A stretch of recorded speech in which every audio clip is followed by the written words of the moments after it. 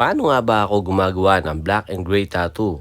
Bueno mga kapatid ko sa tattoo industry, ibabahagi ko sa inyo kung paano yung simpleng paraan ko sa paggawa ng black and gray tattoo. Hindi man ako kasing husay ng mga ibang artist na napapanood nyo, kaya ko namang i-share yung mga simpleng pamamaraan na nalalaman ko sa pagtatattoo.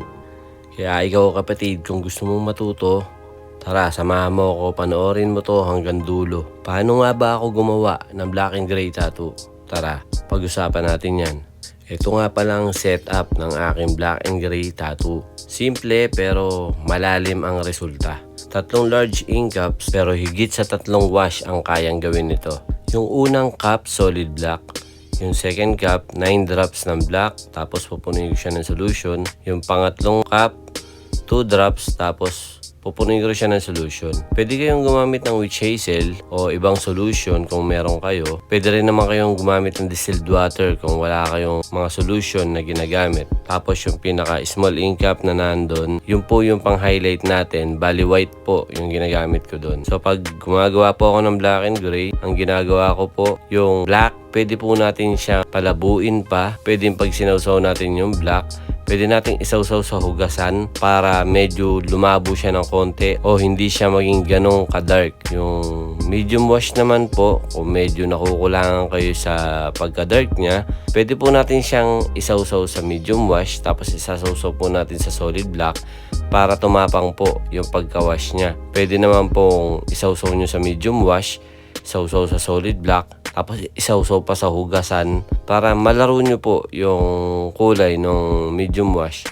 Pwede rin naman pong isawsaw nyo yung medium wash tapos isawsaw nyo sa direkta sa hugasan. Pwede rin po yun para mas mapalabo pa natin yung medium wash na tinimpla natin. Ganon din po sa third cup natin na 2 drops, yung pinaka light wash natin. Pwede nyo po siyang isawsaw sa light wash tapos isawsaw sa medium wash para medyo tumapang yung pagka-wash niya. Kasi kung medyo may hinahabol tayo na kulay na kailangan nating i-dark yung pagka-light wash niya, pwede po natin gawin yun yung sawsaw sa light wash tapos sawsaw sa medium wash. Kung kailangan nyo naman palabuin, pwedeng sa light wash tapos sawsaw sa hugasan. So madami talaga tayong magagawang kulay kahit black and gray lang sa pamamagitan ng hugasan at saka paglalaro ng mga tinta na tinimpla natin.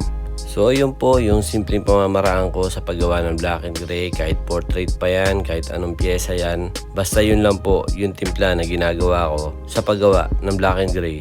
Kung nagustuhan nyo yung diskarte ko sa paggawa ng black and gray, pwede nyo pong gayahin. Kung nakukulangan naman kayo, pwede nyo naman pong palawakin. At yun lang, maraming salamat sa panonood. Ako po si Neds Galarpe na nag-iwan sa inyo na isang mapagpalang araw. Peace out.